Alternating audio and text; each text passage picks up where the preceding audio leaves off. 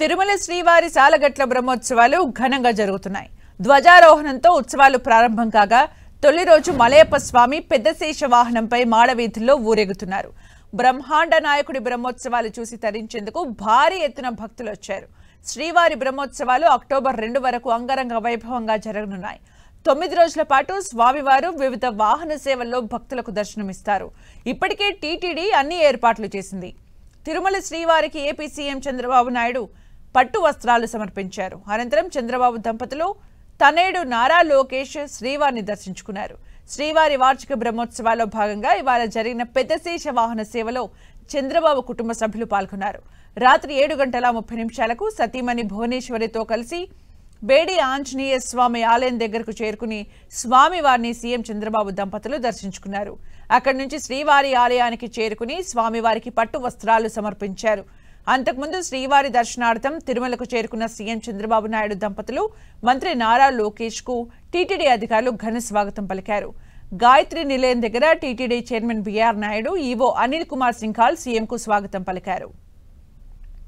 ఇలా ఉండగా బ్రహ్మోత్సవాలు ఆరంభమయ్యే తొలి రోజున జరిగే ధ్వజారోహణాన్ని ఘనంగా నిర్వహించారు. గరుడ ధ్వజ పటాన్ని ఊరేగించి ధ్వజ స్తంభం దగ్గరకు తెచ్చి ఉత్సవమూర్తులైన భోగ శ్రీనివాసుడు, శ్రీదేవి, భూదేవి సమక్షంలో కోడి తాడుకు కట్టి పైకి చేరవేశారు. ధ్వజస్తంభం మీద ఎగిరే గరుడ పతాకమే సకల దేవతలకు స్వామివారి బ్రహ్మోత్సవాలకు ఆహ్వాన పత్రమని విశ్వాసం. ఈ ఆహ్వానమంది విచ్చేసిన దేవ రాక్షస గణాలకు వారి వారి నిర్ణీత స్థలాలను కేటాయించి పద్ధతి ప్రకారం నైవేద్యం రూపంలో బలిని సమర్పిస్తారు.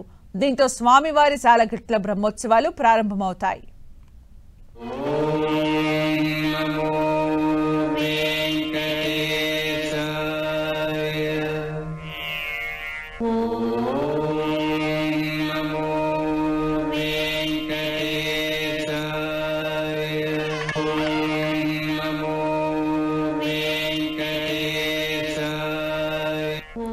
ఇవాటి నుంచి అక్టోబర్ 2 వరకు 9 రోజుల పాటు శ్రీవారి బ్రహ్మోత్సవాలు అంగరంగ వైభవంగా జరగనున్నాయి.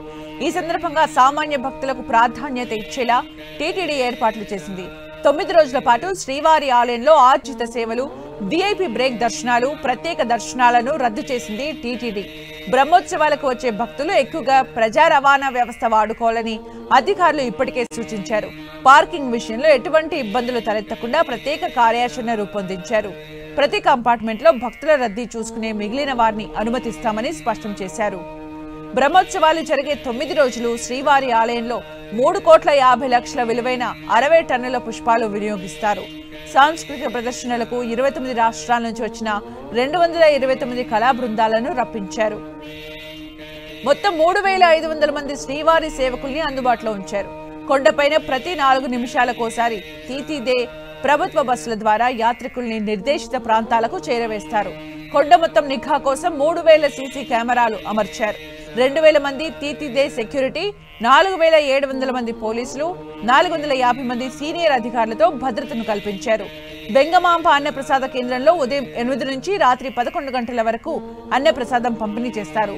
ప్రతి 100 మీటర్లకు 1 చొప్పున 10 సమాచార కేంద్రాలు ఏర్పాటు చేశారు. బ్రహ్మోత్సవాలకు లక్షలాదిగా భక్తులు రానుండటంతో స్వామివారి లడ్డూ ప్రసాదాన్ని ఇప్పటికే సిద్ధం చేశారు అధికారులు.